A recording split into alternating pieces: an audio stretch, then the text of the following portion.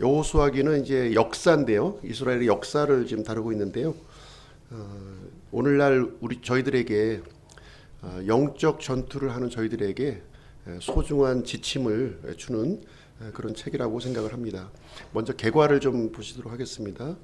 기록자는 이제 여호수아고요. 뒷부분에 보면 이제 여호수아 사후의 기록이 이제 있습니다. 그래서 사후의 기록까지 여호수아가 기록했다고 좀 보기는 어렵고요. 대제사장이었던 엘르아살 그리고 이제 그의 아들 비느하스가 한번 이런 내용들을 이제 보충해서 기록했을 것으로 생각이 됩니다. 주전 430년경 기록된 것으로 이제 추정이 되고 있고요. 수신자는 당대의 이스라엘 백성들 그리고 오늘날 미래의 세대들을 위해서 기록이 되었습니다. 내용을 보시게 되면 크게 이제 두 부분으로 이제 나누어지는데요. 가나안의 정복과 그리고 가나안 땅의 분배 이런 것으로 이제 구성이 되어져 있습니다. 기록 목적은 성도들의 여호수아이신 예수 그리스도께서 복의 장소로 인도하시고 승리하게 하시며 궁극적으로 하늘의 복을 누리게 하신다는 내용이 이제 되겠습니다.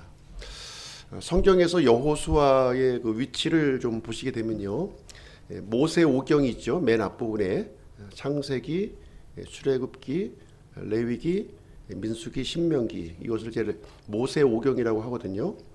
모세 오경과 이렇게 역사서를 이렇게 이어주는 연결고리와 같은 책이 바로 이제 여호수아기가 되겠습니다.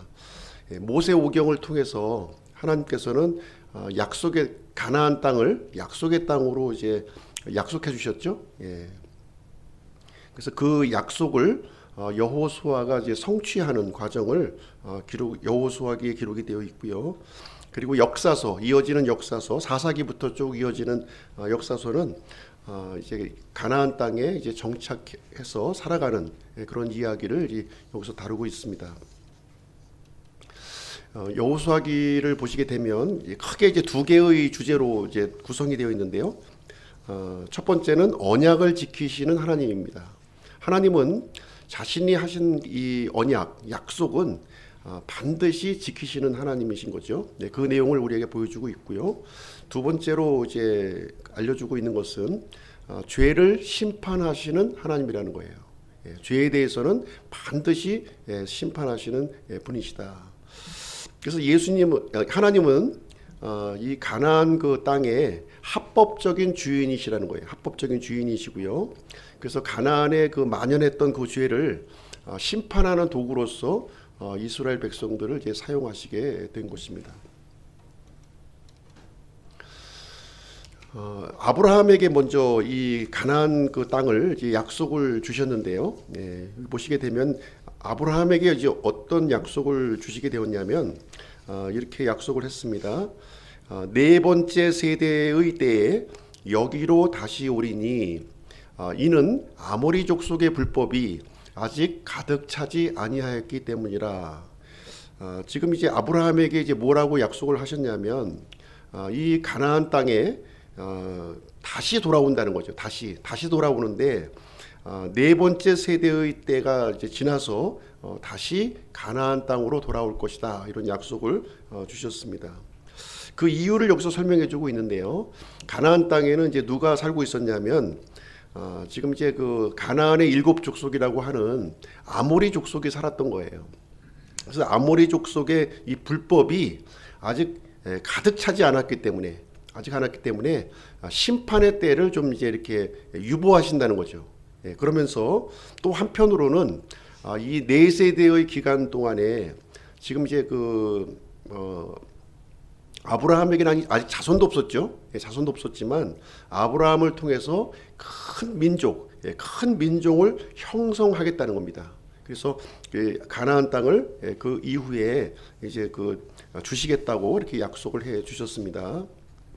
이 가나안 땅을 이제 보시게 되면 굉장히 좀 이제 특이한 그 특징을 여기서 보여주고 있는데요. 레위기에 보면 이렇게 기록이 되어 있어요.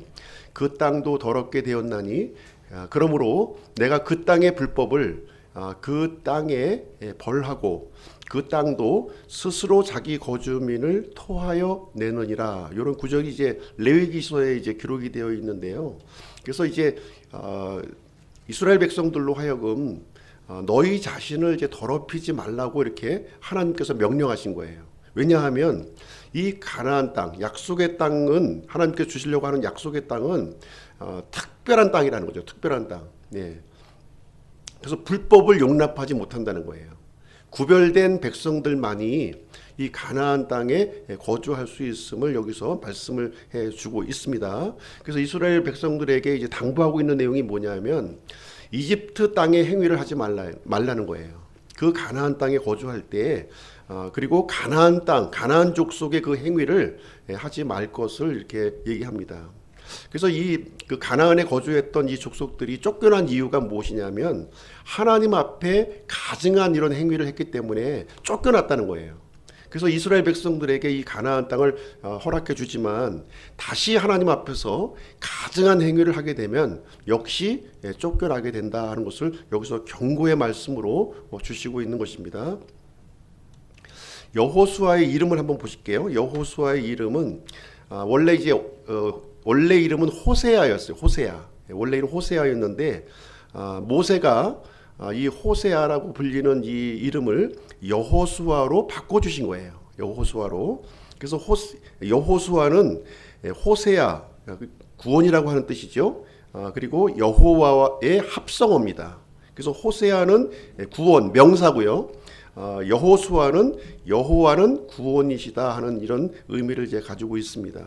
그래서 모세가 이제 호세아를 여호수아로 이렇게 바꾸어서 이렇게 불렀습니다. 그래서 이 여호수아는 히브리어죠. 히브리어인데 이것을 그리스어로 하면 예수예요. 여호수아가 바로 이제 예수님을 이제 가리키고 있는 것이고요. 그래서 여호수아는 예수님의 모형으로서 우리에게 보여준 그런 인물이 이제 되겠습니다. 그 가나안 정복 전쟁을 우리가 좀 이제 살펴보면서 우리가 좀 이제 생각을 좀 해볼 게 있는데요. 참 이 무자비하게 그 어떻게 보면 하나님이 가나안 족속들을 진멸하라고 하지 않습니까? 예. 그 심지어 어린아이도 이 어떤 그 자신의 어떤 의미도 모르는 어린아이까지도 다 죽이라는 거예요. 그리고 소나 양이나 가축까지도 다 죽이라는 거예요. 생명이 있는 것은 다 죽이라고 이렇게 얘기를 합니다. 그래서 이 부분을 우리가 접할 때 좀 이제 받아들이기가 좀 어렵죠. 아니 하나님이 이렇게 잔인하신가? 예. 이런 생각이 들지 않습니까? 그냥 주면 되지. 또 가나안 민족도 다 사람인데 잘 교정해서 이렇게 좀 이렇게 가르쳐서 이렇게 같이 살면 되지. 왜 다 쫓아내라고 그러고 다 그 진멸하라고 이런 명령을 해주셨을까 하는 것을 우리가 생각해 볼 때 우리가 좀 이제 이해해야 될 그 부분이 있는 거예요. 이 가나안 땅의 주인이 누구십니까? 가나안 거주민들이 아니에요. 하나님이십니다. 땅의 주인은 하나님이세요. 창세기에서 분명히 모든 것의 주인이 바로 하나님이시라는 것을 분명하게 우리에게 말씀해 주고 있습니다. 이 땅의 백성들은 잠깐 살다가 우리가 떠나는 거예요. 임시적인 거처입니다. 그래서 하나님께서는 이 그 가나안 족속을 세입자로 주신 거예요. 세입자인 거예요. 예, 세입자. 근데 세입자가 주인의 뜻에 반하는 그런 행동을 하게 되면 쫓아낼 수밖에 없는 거죠. 그렇죠? 쫓아낼 수밖에 없는 거예요. 그래서 하나님께서는 이스라엘을 새로운 세입자로 삼으셨다는 거예요. 그래서 이스라엘로 하여금 그 강제 집행권을 행사해서 쫓아내게 하시게 된 것입니다. 그래서 이제 이 여호수아기를 통해서 우리가 분명히 알아야 될 것은 뭐냐면 하나님은 온 땅의 주인이시라는 거예요. 이 주권이 있다는 거죠. 주권이. 근데 주권이 있어도 능력이 없으면, 능력이 없으면 이제 쫓아낼 수는 없는 거죠. 근데 여기서 또 하나님께서 어떤 모습을 보여주냐면, 하나님은 그 모든 땅의 주권을 가지신 분일 뿐만 아니라 그 땅을 취할 수 있는 능력이 있는 분이라는 거예요. 능력. 출애굽기를 통해서 우리에게 알려주시고 있는 말씀이죠. 이집트의 신들을 이렇게 무찔러 주시고 홍해를 가르시고 이스라엘 백성들을 이제 불기둥과 구름 기둥으로 인도하시면서 능력의 하나님을 이렇게 보여주신 겁니다. 그래서 하나님 앞에 합당치 않게 행하는 이 가나안 족속들을 하나님께서는 진멸하라고. 그러니까 최소한도 하나님께서는 몇 년의 기간을 주신 거예요? 4세대. 최소한도 한 400년 정도의 기간을 아모리 족속으로 하여금 회개할 기회를 주신 거예요. 그럼에도 불구하고 점점 더 그 불법이 이렇게 점점 성행해지다 보니까 하나님의 그 임계치에 올라서 이제 완전히 진멸하는 명령을 해주시게 되는 것입니다. 여호수아기의 구조를 보시게 되면 크게 이제 두 부분으로 나누어져요. 전반부와 후반부로 이렇게 나누어지게 되는데, 전반부는 가나안 정복 전쟁입니다. 그리고 후반부는요, 정복한 땅에 대한 이 분배 그리고 정착하는 과정을 이렇게 다루고 있습니다. 또 전반부를 또 두 부분으로 나누어지게 되는데요. 1장부터 5장까지는 정복을 위한 준비 과정을 기록하고 있고요. 6장부터 12장은 실제로 이 전쟁 이야기가 여기에 기록이 되어 있습니다. 처음에 이제 중부권 쪽으로 이렇게 이스라엘 백성들이 진입하게 되고요. 그리고 나서 남쪽에 그 지역이 정복이 되고, 맨 마지막으로 북부 지역을 점령하는 내용으로 이렇게 구성이 되어져 있습니다. 그 다음에 이어서 그 정복한 땅에 대한 분배가 이루어지는데요. 13장부터 21장까지의 내용을 이제 담고 있습니다.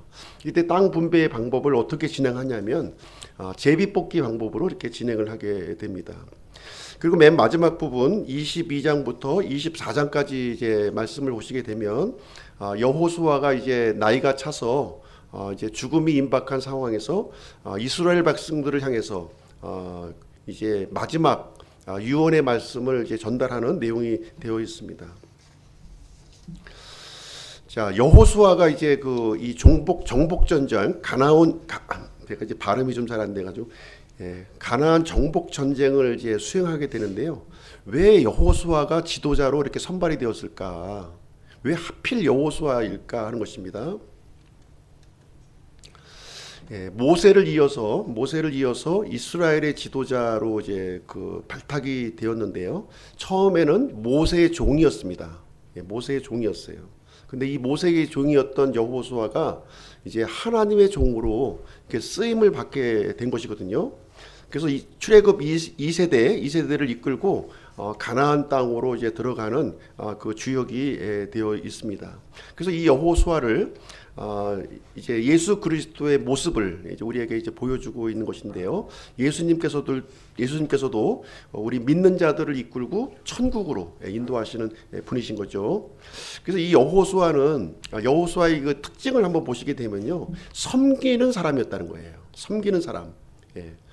순종의 사람인 것인데요. 지도자의 아주 그 중요한 요건이 바로 섬기는 자라는 거예요. 섬기는 자. 우리 이제 승현 형제가 지난번에 이제 신실함에 대해서도 얘기했죠. 신실함도 굉장히 중요한 요건이지만 이 섬기는 모습, 순종이 굉장히 중요한 그 지도자의 요건이 됩니다. 그래서 누구든지 크고자 한다면 섬기는 자가 먼저 되어야 된다는 거예요. 종이 되지 않은 사람은 결코 리더가 될 수가 없어요. 결코 리더가 될 수가 없는 겁니다. 그래서 여호수아는 참 그 모세 곁을 이제 떠나지 않았던 거예요. 모세 곁을 최소한도 40년 동안 광야 생활하는 내내 출애굽부터 참 그 가나안 땅에 이제 들어가기 직전까지 최소한도 40년의 기간 동안 모세 곁을 단 한 순간도 떠나지 않았다는 거예요. 그리고 모세의 이 지시에 대해서 한 번도 대항하지 않았어요. 한 번도 이 모세가 40년 동안 이스라엘 백성들을 이렇게 이끌고 나오면서 많은 사람들이 모세를 대항했습니다. 미리암과 아론도 이제 모세를 대항했죠. 그리고 이제 이 고라의 자손이라고 해서 고라의 자손도 모세를 막 대항했어요. 뿐만 아니라 많은 백성들도 모세를 향해서 원망하고 불평하고 이렇게 했던 거예요. 우리를 왜 이 광야로 끌고 와서 우리를 죽게 만드느냐. 우리는 이집트에 살던 때가 너무나 좋았는데 그땐 고기도 먹고 부추도 먹고 마늘도 먹고 이렇게 했었는데 이게 그런 것도 없는 이 광야의 땅에 우리를 데리고 와서 이렇게 우리를 죽게 만드느냐 하면서 굉장히 불평, 불만, 원망이 굉장히 많았던 거예요. 그렇죠? 그러나 여호수아의 경우는 단 한 번도 이 모세를 이렇게 섬기는 일을 진행하면서도 한 번도 불평하지 않았다는 거예요. 그런 그 여호수아가 지금 차세대를 이끌고 가는 지도자가 되었다고 하는 것은 하나도 이상한 일이 아닌 거죠. 그렇죠? 그래서 여호수아의 모습을 한번 좀 살펴보기를 원하는데, 첫 번째 여호수아는 순종의 사람이었다는 거예요. 순종의 사람. 어느 정도 순종의 사람이었는지 여기 이제 이스라엘 백성들이 홍해를 떠나서 지금 이제 제일 처음에 맞이하는 전투를 기록하고 있어요. 아말렉 전투입니다. 아말렉 족속과 이 르비딤이라고 하는 이 장소에서 이제 아말렉 족속과 이제 전쟁을 벌이는 장면이 이제 여기 출애굽기 17장에 소개가 되고 있는데요. 지금 이제 모세가 하나님께서 모세에게 명령합니다. 아말렉 족속을 진멸하라는 거예요. 진멸. 하늘 아래에서 지워버리라는 거예요. 아말렉 족속을. 그 명령을 받은 모세는 누구에게 명령했습니까? 자신을 섬기고 있었던 여호수아에게 명령을 내린 거예요. 어떻게 명령을 내렸냐면 우리를 위해 사람들을 택하고 나가서 아말렉과 싸우라는 거예요. 지금 이스라엘이 어떤 상황이냐면 지금 노예로 있다가 이 이집트를 빠져나온 거예요. 빠져나온 지 얼마 안 됩니다. 불과 1년도 안 돼요. 완전히 오합지졸이죠. 지금 전쟁을 한 번도 해본 경험이 없는 이런 사람들이에요. 이 사람들을 데리고 나가서 참 그 잔인하기, 사막에서 잔인하기로 유명한 그 아말렉 족속과 맞서 싸우라는 거예요. 모세는 산에 올라가서 기도할 테니까 싸우라는 거예요. 죽으란 얘기죠. 이거는 한마디로 얘기하면 죽으란 얘기예요. 이 명령에 대해서 여호수아가 어떻게 반응했는지 보십시오. 나가서 싸운 거예요. 그 명령에 순종해서 목숨 걸고 그 명령에 참전을 하게 되었습니다. 두 번째로 그 여호수아는 섬기는 사람이었다는 거예요. 섬기는 사람. 섬기는 사람. 출애굽기 24장의 내용을 보시게 되면 모세가 시내산에 올라가는 장면이 기록되어 있어요. 율법을 받기 위해서 이제 시내산을 올라가는데 거기서 40일간 머물게 됩니다. 40일간. 그때 이제 여호수아 한 사람만 동행했다는 거예요. 한 사람만. 모세 곁을 지켰고요. 모세가 하나님과 이렇게 지내는 동안 40일 동안 산에서 그대로 머물렀다는 거예요. 참 쉽지 않은 일이죠. 아마 모세가 금식하는 동안 여호수아도 같이 금식할 수도 있어요. 먹을 게 없으니까. 그리고 모세와 함께 또 산에 내려오는 그런 이제 모습이 이제 기록이 되어 있는데요. 그래서 참 여호수아는 모세가 가는 어디라면 항상 함께 움직이면서 지금 이제 이렇게 섬기는 일을 담당했던 것을 우리가 볼 수가 있어요. 여호수아 나이가 이제 몇 살쯤 되었을까 이렇게 가늠해 보면 이 가나안 이렇게 정복을 다 마치고요. 한 7년 정쟁을 마치고 그때 아마 이 갈렙의 나이를 이제 소개하고 있는데요. 75세라고 이제 표현하고 있습니다. 75세. 가나안 정쟁 7년을 감안한다면 정복할 당시는 68세였을 거예요. 그렇죠? 모세가 120세에 죽습니다. 80세에 사역을 시작을 해서 그렇게 되니까 아마도 이제 여호수아 갈렙이 비슷한 나이라고 이렇게 감안한다면 한 20대 후반 정도, 지금 20대 후반 정도의 나이에 80세가 된 모세를 섬기고 있는 거예요. 이런 모습을 이제 보여주었고요. 세 번째로 여호수아는 지도자를 본받는 사람이었다는 거예요. 지도자, 모세를 본받는 사람이었는데요. 이 출애굽기 33장은 어떤 내용이냐면 금송아지 사건 아시죠? 금송아지 사건 바로 다음에 나오는 내용이에요. 그 금송아지 사건으로 이제 그 하나님께서 진노하시고 모세가 이제 그 레위 지파를 이용해서 3천 명을 이제 동족을 죽이는 그 사건이 일어난 다음에 이 내용을 기록하고 있습니다. 그래서 이제 여기 어떤 내용이 기록되어 있냐면 하나님과 모세가 성막에서 이렇게 대화하는 장면이 여기 이제 묘사가 되어 있는 거예요. 주께서는 마치 사람이 자기 친구와 이야기하듯 모세와 얼굴을 마주대하여 말씀하셨으며 이렇게 하고 있습니다. 그래서 모세와 이 그 하나님께서 이렇게 대화를 나누시는데 마치 친구와 같이 함께 대화하는 모습이 이제 하셨다는 거예요. 그 모습을 누가 목격을 했냐면 함께 이렇게 섬기고 있었던 여호수아가 그 모습을 본 겁니다. 예. 참 그 모습을 보면서 나도 저 모세와 같이 하나님과 대화하고 싶다. 하나님의 임재 속에 들어가고 싶다 하는 이런 영적인 갈망이 있었다고 하는 사실입니다. 그것을 어떻게 발견할 수 있냐면 이 모세가 이제 하나님과의 대화를 마치고 다시 이제 진영으로 돌아왔지만 여호수아는 계속해서 성막에서 떠나지 아니하였다는 거예요. 계속해서 머물러 있었다는 겁니다. 그 모세가 믿는 그 하나님과 이렇게 자신도 같은 그런 영적인 그런 갈망을 이제 가지고 있었음을 여기서 이제 엿볼 수가 있는 대목이 되겠습니다. 그 다음에 이제 이 여호수아는 믿음의 사람이었어요. 믿음의 사람. 믿음의 사람.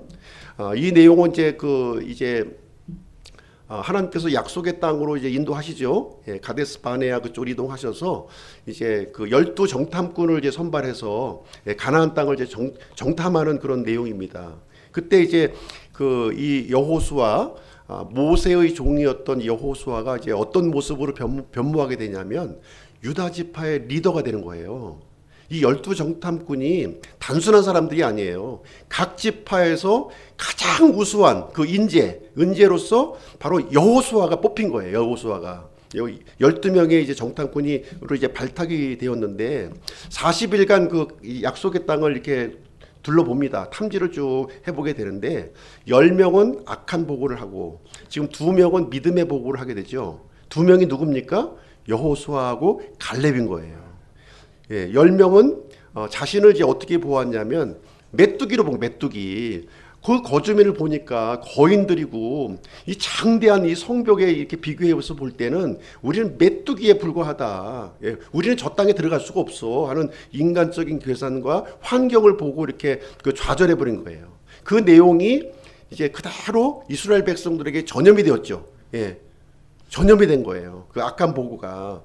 반면에 이 2명 여호수아와 갈렙은 믿음의 보고를 여기서 하게 됩니다. 이분은 어떤 관점을 갖고 있냐면 약속의 말씀에 근거한 하나님의 관점에서 이 상황을 이제 이해를 한 거예요. 그렇죠? 그래서 하나님께서 우리에게 함께 하신다면 우리는 얼마든지 가나안 땅을 정복할 수 있다는 것이죠. 그렇죠? 저기 지금 거하는 장대한 거인들은 지금 여기 얘기하듯이 우리의 밥이다.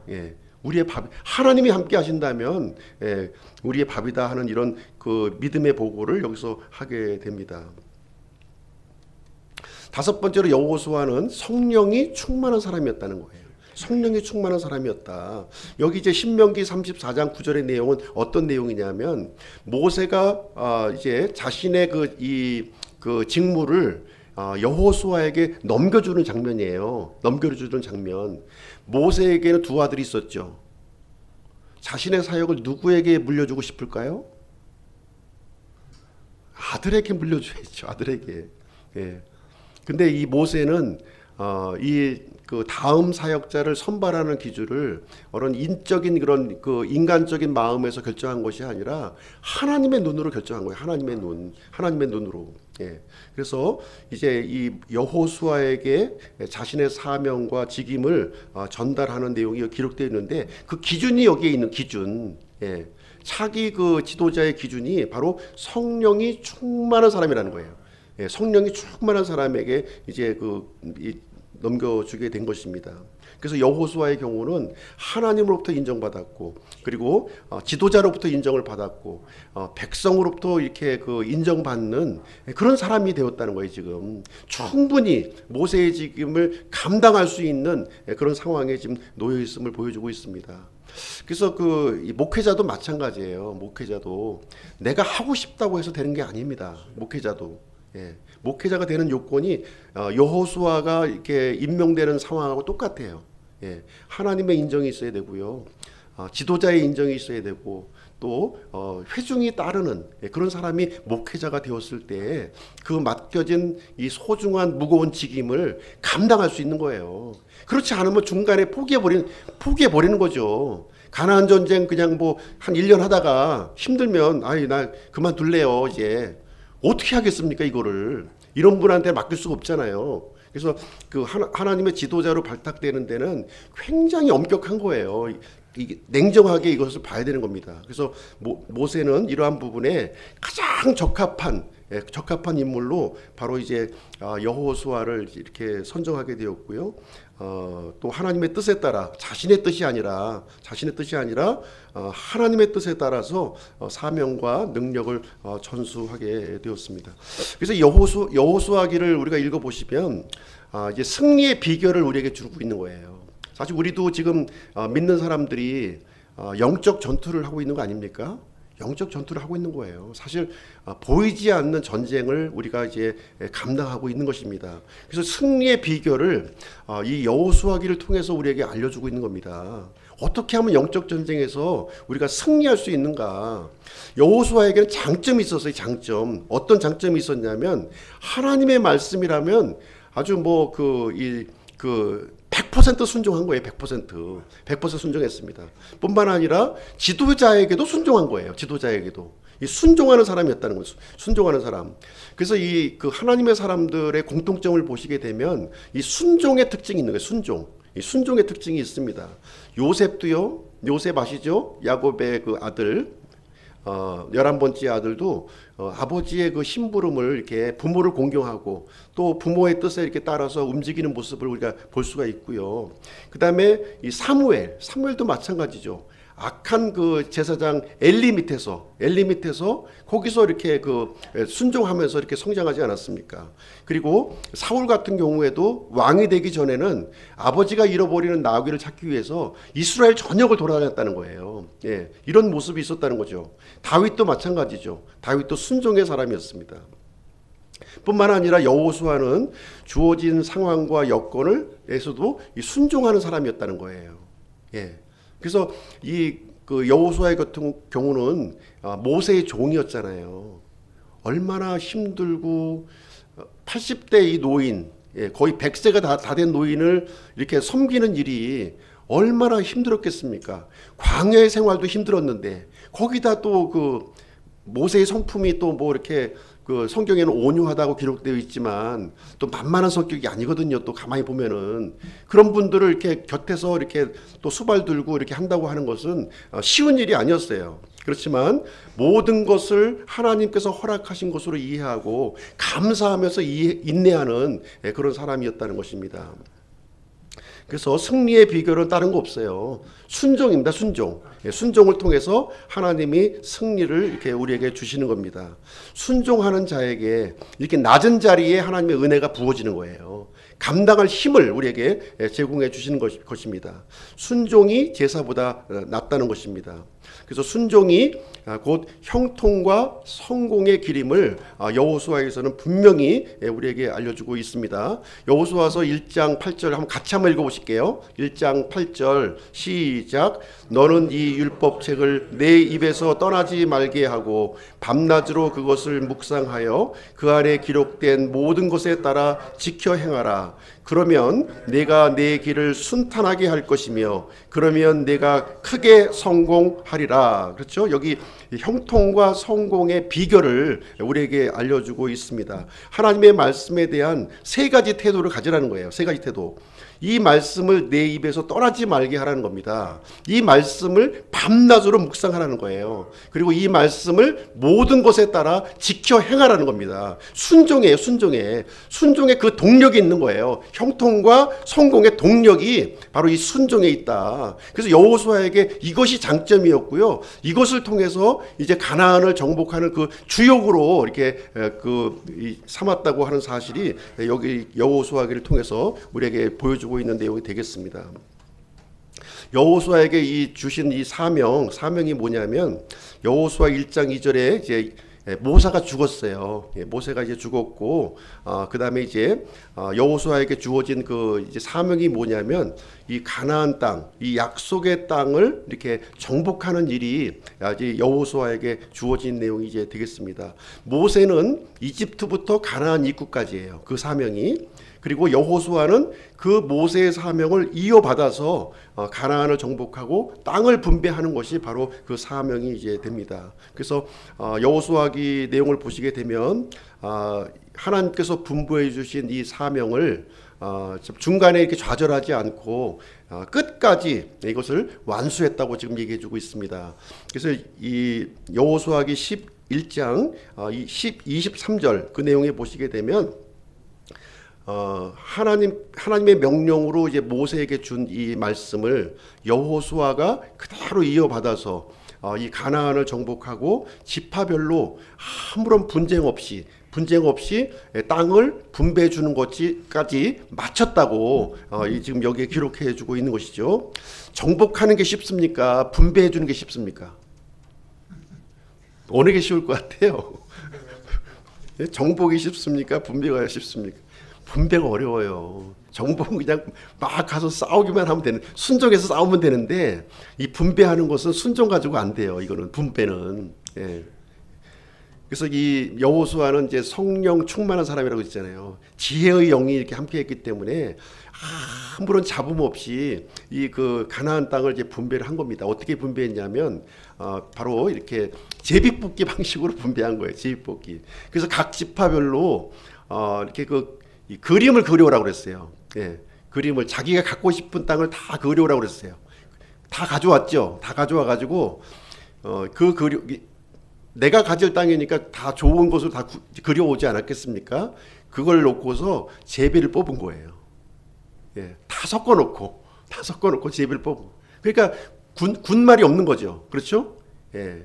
서로가 다 이제 다 그린 땅들이니까 그것을 이렇게 해서 미래의 분쟁 소지를 완전히 없애버리고 성공적으로 가나안 땅을 정복했을 뿐만 아니라 이 땅도 공평하게 그 지파별로 이렇게 분배가 이제 이루어지게 되었습니다. 그래서 여호수아기 이제 마지막 부분을 보시게 되면 이제 그 죽기 직전에 고별 설교를 하는 내용이 이제 기록되어 있습니다. 여기 보시면 여호수아 23장 6절인데요. 같이 한번 읽어보시겠습니다. 시작. 그러므로 너희는 크게 용기를 내서 모세의 율법책에 기록된 모든 것을 지키고 행하며 그것을 떠나 오른쪽으로나 왼쪽으로나 치우치지 말라. 그래서 이 고별 설교 내용이 무슨 특별하게 이제 여호수아에게 주신 말씀이 아니라 하나님께서 모세에게 주셨던 말씀이고요. 또 모세로부터 받았던 그 말씀이에요. 그 말씀을 그대로 자기 그 백성들에게 죽기 직전에 그 내용을 그대로 이렇게 전달하는 그 내용이 바로 이제 여호수아의 이제 고별 내용이 이제 되겠습니다. 그래서 여호수아의 이 동력을 보시게 되면요, 동력이 바로 이제 하나님의 말씀에 있었다는 거예요. 하나님의 말씀에 이제 여호수아가 모든 사명을 감당하는 그 동력이 약속의 말씀을 붙드는 일에 있었다. 이것을 얘기해주고 있습니다. 그래서 여호수아는 하나님의 약속의 말씀을 붙들었고요. 이 말씀, 약속의 말씀을 붙드는 데 있어서 흔들리지 않았다는 거예요. 환경에도 흔들리지 않았고 감정에도 흔들리지 않았고 오직 말씀만 바라보고 하나님께서 주신 이 말씀을 성취하는 것만 오로지 거기에만 신경을 썼다는 거예요. 그래서 지도자는 언제든지 사라집니다. 모세도 죽고요. 여호수아도 때가 되면 다 죽었어요. 그러나 말씀은 사라지지 않는 거죠. 예, 말씀을 준 거예요.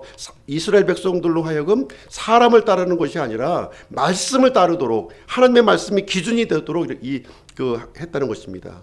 그래서 목사의 말은 참고하시면 되는 겁니다. 사람의 말은 참고하시고요. 그 말씀을 가지고 성경적인 근거를 찾으셔야 돼요. 본인들이 찾으셔야 됩니다. 본인들이 찾으시고 그 말씀을 신뢰하고 붙잡고 앞으로 나아가야 되는 겁니다. 사람의 말에 흔들리시면 안 돼요. 말씀이 항상 내 삶의 기준이 되어야 된다. 이것을 굳게 붙드는 우리의 모습이 되어야 될 줄로 생각을 합니다. 그리고 여호수아는 맨 마지막에 이런 이제 말을 하게 되는데요. 우리가 잘 알고 있는 말씀이죠. 이 말씀도 여호수아 24장 15절 같이 한번 읽어보겠습니다. 시작. 만일 주를 섬기는 것이 너희에게 나쁘게 보이거든 너희 조상들이 강 저쪽에서 섬기던 신들이든지 혹은 너희가 거하고 있는 땅을 소유했던 아모리 족속의 신들이든지 너희가 섬길 자를 너희를 위해 이날 택하라. 그러나 나와 내 집에 관한 한 우리는 주를 섬기겠노라. 이렇게 표현하고 있죠. 여기서 얘기해 주는 것은 무엇이냐면 하나님과 우상을 함께 할 수 없다는 거예요. 이스라엘 백성들이 하나님을 믿었어요. 그렇지 않았겠습니까? 예. 근데 문제가 뭐냐면 하나님도 믿고 우상도 믿은 거예요. 하나님께서 이거를 가증하게 여기신 겁니다. 가증하게 여긴 거예요. 예를 들어서 한번 보겠습니다. 남편이 자기 아내를 다른 남자와 공유할 수 있겠어요? 이 가능합니까? 이걸 용납할 그 남편이 있어요? 아내가 자기 남편을 다른 여자와 이렇게 공유할 수 있습니까? 이거를 허용할 아내가 있어요? 하나님도 마찬가지인 거예요. 하나님과 우상을 이렇게 겸해서 섬기는 것을 가장 가증하게 여기고 있는 것입니다. 하나님을 섬기든지 우상을 섬기든지 결정을 해야지. 하나님도 섬기고 우상도 섬기는 것은 이것은 가증한 일이다. 하나님의 전유물이 될 것을 이제 얘기해주고 있고요. 마지막으로 지금 이제 여호수아가 강조한 내용이 이거예요. 예, 하나님을 섬기든지 우상을 섬기든지 하라. 이것을 얘기해주고 있습니다. 둘 다 섬기려고 하는 것은 하나님이 가장 싫어하는 일이다 하는 것입니다. 결론을 내리겠습니다. 이 모세오경에 주어졌던 이 약속이 여호수아기를 통해서 이렇게 성취가 되었습니다. 이 가나안 땅은 천국이 아니에요. 예, 천국이 아닙니다. 예. 승리가 약속된 영적 전쟁을 수행하는 겁니다. 그렇죠? 예. 그래서 우리가 말씀에 순종하면 승리하는 것이고요. 말씀에 불순종하면 패배하는 거예요. 그래서 여호수아 이 정복 과정을 이렇게 보시게 되면 하나님께 순종하면 이기고 불순종하면 패배하고 이것이 반복적으로 이렇게 일어나는 거예요. 뿐만 아니라 이 그 가나안 족속들을 제거해 나가야 될 과제가 여전히 남아 있는 겁니다. 완전히 제거되지 않았어요. 계속해서 우리는 영적 전쟁을 수행해 나가야 될 그런 과제가 우리에게 있다는 것입니다.